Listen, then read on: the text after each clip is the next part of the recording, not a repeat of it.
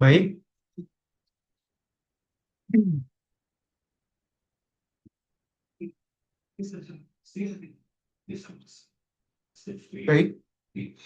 Assalamualaikum warahmatullahi wabarakatuh. Selamat malam, Prof. Izin memperkenalkan kembali, saya Arleandi dengan NPM 240639964. Hari ini saya akan membuat desain saya untuk mata kuliah permesinan dan sistem transmisi kapal. Topik yang saya ambil ini adalah bagaimana kita merencanakan dan mengendesain komputasi diameter komposisi transmisi untuk permesinan kapal berbasis engine Caterpillar C18 HR. Ini topik yang saya ambil. Bisa dilanjut? Ya, sebelumnya ada beberapa mesin di website yang saya jadikan referensi, yaitu adalah ada C18, C12, dan C32. Tapi untuk tugas besar ini, saya memilih mesin diesel maritim yang komersial yang sangat andal lah, yang banyak diaplikasikan di industri, yaitu yang C18 Hazard ini. Ini ada tiga ya, nanti akan ada spesifikasinya lagi terkait ini. Nah, lalu kita lanjut saja. Baik, tapi sebelum itu, kenapa sih saya memilih engine ini? Karena selain fungsinya di berbagai kapal, aplikasi ini juga bisa diaplikasikan dalam hal penangkapan ikan hingga lepas lantai. Dan ini adalah spesifikasinya, yang dimana rentang dayanya itu maksimum di 847 kilowatt dan RPM-nya maksimum di kecepatan 2100 RPM. Dan ini adalah eh, dimensi dan robotnya ya. Dan saya akan mengambil nilai max-nya dalam pencarian nilai awal yaitu torsi, yang dimana saya akan memakai nilai 847 ini dan juga nilai RPM 2100 untuk saya jadikan. Oke? Dan juga ini adalah mesin 4 langkah. Oke, kita langsung ke next step-nya. Baik, langkah awal adalah kita sudah mengetahui nih PB-nya, powernya dari spesifikasinya. Dan juga kita udah tahu kecepatannya berapa, yaitu nilai RPM dari spesifikasi tadi. Nah, nilai ini yang akan kita menjadikan acuan awal untuk mencari nilai torsi awal mesin atau TME, yang dimana rumus torsi adalah power dikali 60 dibagi 2 VN. N ini adalah kecepatan RPM-nya yang kita ambil maksimumnya 2100. Kenapa nggak dibagi dua? Kan ini struk 4 langkah ya, yang seharusnya N itu dibagi dua. Ya kan? Jawabannya adalah karena kita ini sedang menghitung torsi brake-nya di fuel-nya. Nah, secara fisik, coil mesin ini itu berputar sebanyak 2100 putaran per menit. Jadi, pembagian N dengan angka 2 itu hanya dilakukan saat kita menghitung daya indikatornya, yang dimana rumusnya PMI dikali L dikali A dikali N dikali Z. Baru itu N-nya kita pakai setelah membagi dua dari nilai RPM tersebut. Nah, jadi eh, untuk transmisi daya poros itu kita wajib menggunakan putaran mekanis murni, yaitu 2100 RPM. Oleh karena itu N-nya adalah 2100, tidak kita bagi dua. Nah, hasil dari nilai torsi ini, yang sebesar 3.851.600 Newton milimeter. Nah, sebelumnya kita ubah menjadi milimeter ya, dikali 100 karena turun 2 langkah. Nah, nilai ini yang akan kita jadikan acuan untuk mencari diameter shaft utamanya. Di sini kita asumsikan no losses. Ya, oke. Terus, kita tinjau terlebih dahulu ya poros utama atau main shaft-nya yang terhubung langsung dengan engine. Ya. Nah, jadi berdasarkan instruksi tugas pada poros pertama ini ditentukan kondisi kerja ideal di mana tidak terjadi losses untuk putaran, RPM, dan main engine-nya. Artinya apa? Artinya poros ini berputar mutlak pada kecepatan 2100 RPM dengan membawa torsi sebesar 3.851.600 Newton milimeter. Artinya apa? Artinya secara mekanis beban dominan yang bekerja pada poros eh, poros apa ya namanya poros solid ini adalah tegangan geser akibat puntiran atau shear stress-nya sini disebut apa ya torsional shear stress-nya. Nah, jadi untuk material poros kita harus menetapkan apa yang kita pakai. Jadi saya menetapkan materialnya itu kita memakai baja tempat khusus. Nah, dilihat dari kualitasnya dan juga dengan nilai tegangan geser izin atau ya kira-kira sebesar 50 megapascal ya atau 50 Newton per meter milimeter kuadrat. Nah, kita sudah dapat data-data ini. Oleh karena itu, melalui apa ya namanya teori tegangan geser maksimum untuk si porosolidnya, diameter minimal ini dapat kita hitung dengan rumus di sini. Jadi kita akan menghitung diameter porosnya yang di mana akar pangkat 3 16 dikali T per V dibagi dikali tau. Yang di mana T-nya ini sudah kita dapat di perhitungan sebelumnya. Lalu V-nya 3,14, taunya adalah nilai dari tegangan geser izin si baja ke tempat kekuatan tinggi, 40 megapascal. Didapatkan nilai sekitar 73,2 mm. Ya, kita bulatkan aja ke atas menjadi 75 mm. Jadi, kita sudah mendapatkan nilai diameter porosnya. Oke, yang lebih aman lah. Kita langsung ke selanjutnya ya. Nah, gaya dari poros utama tersebut gimana ya menjelasnya? Kemudian itu ditransmisikan menuju unit kopling.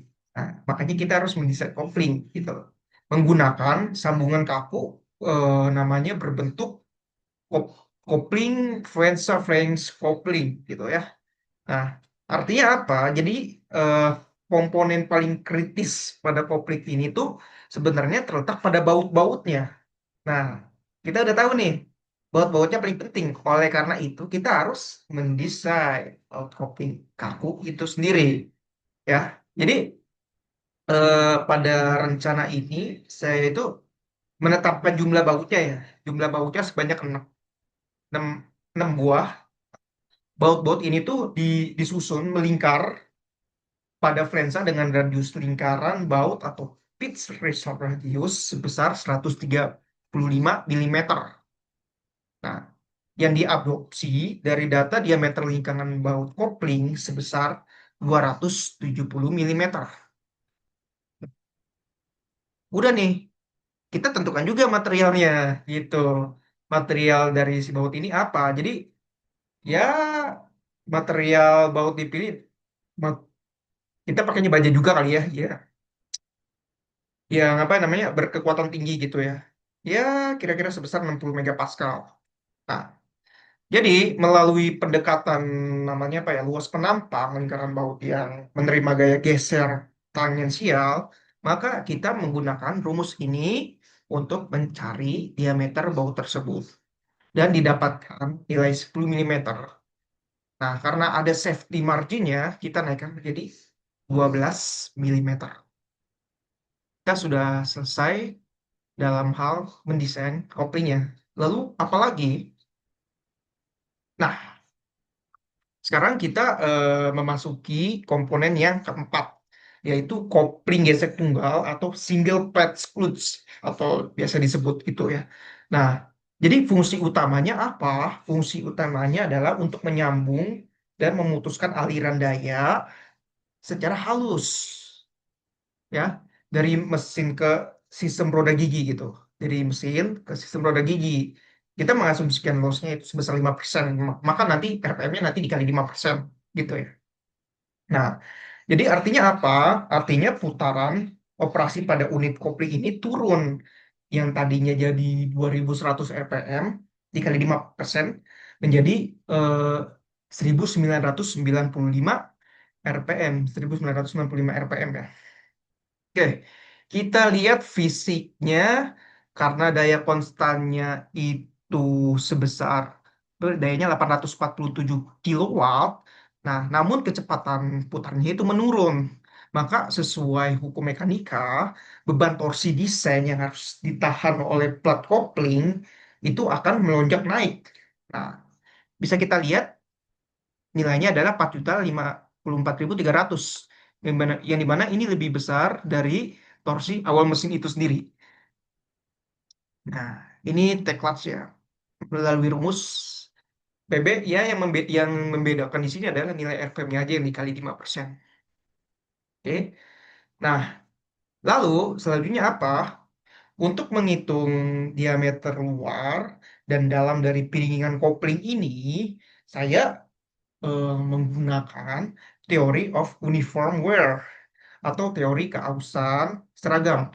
Jadi kenapa? Karena pendekatan ini tuh jauh lebih realistis lah untuk kopling kapal ya, terutama yang tentunya ini akan beroperasi secara jangka panjang atau lama ya, dibandingkan teori uniform pressure yang hanya berlaku pada komponen baru. Nah, jadi dengan mengambil nilai koefisien gesek material mu sebesar 0,3, maka tekanan kontak maksimum 0,1 Newton per milimeter kuadrat, serta mengunci rasio aspek, nah, aspek radius luar dibanding pada angka 1,25, maka kita dapat lakukan substitusi ke dalam integral dengan rumus gesek sama dengan T sama dengan 2U dikali W aksial dikali R min. Nah, U-nya kita udah ada 0,3, W-nya kita cari nih. Nah, kita cari W itu gaya aksial, R min-nya udah belum? Ini R min-nya. R min itu apa ya nilainya? Kayak nilai tengah gitu lah. Nah, kita kan misalnya 1,25 satu, berarti 1,25 tambah 1 bagi 2 itu R min-nya. Ini gaya aksialnya kita cari terlebih dahulu. Kita sudah dapat, ini juga kita sudah dapat, maka kita substitusikan ke rumus ini untuk mendapatkan nilai R1 dan R2-nya. Dan lantas kita sudah mendapatkan ya R1 sama dengan 421 milimeter dan R2 itu sekitar 337 milimeter. Nah, ya kita lihat ya eh, dimensi permukaan gesek yang lebar ini tuh ada alasannya karena ini dirancang agar si kopling itu mampu mentransfer lah istilahnya, mentransfer daya besar tanpa mengalami overheat ya, atau ya overheat seharusnya. Oke, kita udah mendesain ini. Langkah selanjutnya apa? Nah, oke. Setelah setelah daya apa ya? Jadi setelah daya itu melewati kopling gesek, nah tenaganya itu disalurkan melalui poros perantara intermediate shaft yang bertindak sebagai poros input menuju roda gigi. Nah, ini menuju roda gigi ini. Nah, berdasarkan apa ya instruksi dari tugasnya pada bagian ini kita kembali. mengasumsikan losses tambahan sebesar 5%, tapi dari RPM crude-nya, bukan dari RPM yang 2100-nya. Oleh karena itu, yang dipakai adalah yang nilai 1995 RPM ini dikali 5%. Maka kita dapatkan nih RPM inputnya sekitar 1895 RPM. Nah, maka kita akan hitung ulang ya. eh, eh, kita akan hitung ulang penurunannya. Jadi kita akan memaksa nilai torsi desain ini naik kembali gitu menjadi 4, sekitar 4.268.200 Newton. Maka kita harus menghitung ulang diameter minimal porosnya. Ini menggunakan materialnya apa tadi? Materialnya ada baja berkekuatan tinggi ya, yang sekitar 50 megapascal. Menggunakan rumus ini. Perhitungan kita akan menghitung diameter poros gearbox. Didapatkan nilai sekitar 75,7 mm. Nah, kita bulatkan ke ukuran standar terdekat menjadi 80 mm. Nah, di sini udah terlihat jelas sebenarnya perbedaan bagaimana cara kita mendesain ya. Nah, yang dimana poros utama pertama itu cukup berdiameter 75 mm. Namun, poros kedua itu wajib naik menjadi 80 mm.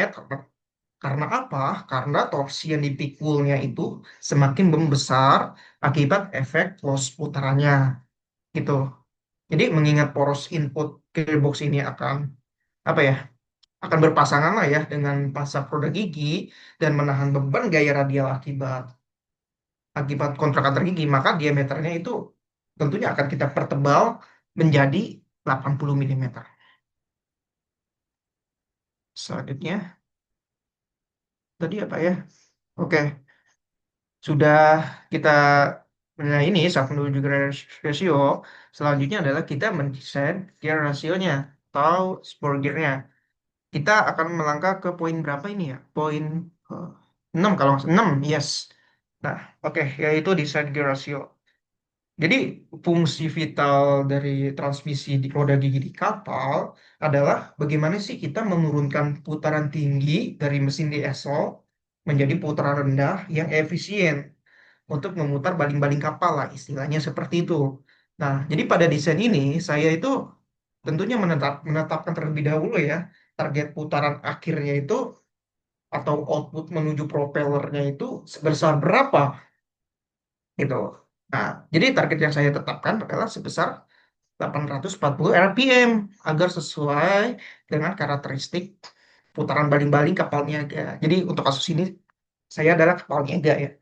Jadi bisa berbeda-beda masing jenis-jenis kapal gitu sesuai aja. Nah, dengan putaran input setelah losses itu kan tadi kalau nggak salah 1895 RPM ya. Nah, didapatkan nilai rasio reduksinya gearbox besar 2,25 dibanding 1. Ini kita bandingkan aja, dapatkan 2,25 ya. Nah, terus jenis roda giginya gimana nih? Jadi jenis roda gigi yang dipilih adalah spur gear atau roda gigi lurus karena kita melihat efisiensi mekanisnya ya yang sangat tinggi dalam mentransfer daya liniernya. Nah, jumlah gigi pada roda gigi kecil atau pinion itu ditetapkan saya menetapkan ya 20 gigi lah ya. Maka jumlah gigi pada wheel itu didapatkan sebesar 45 gigi dikali sama rasio ini 2,25 gitu. Nah, selanjutnya berdasarkan besarnya torsi input yang mencapai berapa tadi? 4, berapa juta ya? 4,26 juta sekian, maka kita akan melakukan komputasi kekuatan si kaki giginya itu dengan metode metode Lewis. Sehingga untuk ukuran modul gigi standar ya biasanya sebesar 12 milimeter untuk standarisasi torsi 4.268. Nah, melalui modul ini kita dapat menghitung diameter pitch sebenarnya dari masing-masing roda gigi, di mana diameter pitch pinion satu sebesar 240 milimeter dan diameter pitch 2 sebesar 540 milimeter. Oke, kita udah masuk ke komponen terakhir ya dalam mendesain. Jadi komponen terakhir yang kita desain adalah sistem bantalan atau bearing. Nah, dengan asumsi jumlah itu sebanyak 2 unit yang dibagi, yang sebagai penumpu poros di dalam casing transmisinya. Jadi sesuai dengan instruksi tugas, esensi dari desain bearing di sini adalah untuk menentukan diameter dalam bearing atau bore diameter agar duduk pas poros ya, pas poros itu. Nah, kita lihat. Di sini bearing pertama dipasang untuk penumpu proses input gearbox sehingga diameter dalamnya itu harus sama dengan diameter poros input yaitu sebesar 80 mm. Lalu bearing kedua ini dipasang pada poros output yang mengarah ke propeller kapal. Jadi poros output ini mengalami lonjakan torsi yang sangat masif. Kenapa? Karena ya jelas ya, putarannya itu telah tereduksi menjadi 840 rpm, di mana torsi output ini melonjak sekitar berapa kali lipat tadi ya? 2,25 kali lipat. Jadi menjadi kalau dikali 2,25 dapat sekitar nilainya segini. Nah, karena beban torsi yang sangat ekstrim ya tentunya pada kapal, jadi kita harus mendesain jauh lebih tebal tentunya, sehingga diameter dalam untuk bearing kedua itu ditetapkan sebesar 95 mm gitu alasannya. Selanjutnya, oke, kita udah masuk ke bagian kesimpulan ya, yang dimana sebagai kesimpulan dari eh, desain kita seluruh tugas permesinan kapal ini, kita tinjau ya ringkasan hasilnya. Ini sudah kita tinjau, di mana kita di awal kita menentukan torsi main engine-nya dari data spesifikasi kapal itu, didapatkan nilai torsi yang akan digunakan untuk mencari diameter shaft utama. Lebih lagi kita akan bisa kuping baut, single plates, gearbox, gear ratio, dan bearing. Nah, jadi eh, melalui analisis dan desain ini, ya, kita dapat menyimpulkan secara ilmiah ya bahwa asumsi losses pada RPM itu sebenarnya nggak boleh diabaikan sih. Seharusnya gitu, karena dalam perancangan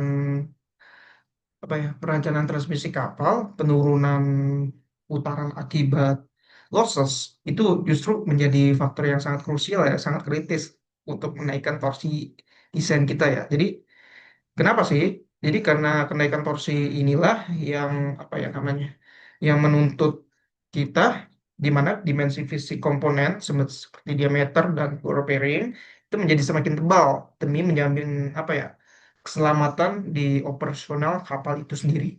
Baik, sekiranya itu yang bisa saya sampaikan. Terima kasih banyak, Prof. Agus, eh, atas bimbingannya dalam pembelajaran tugas ini.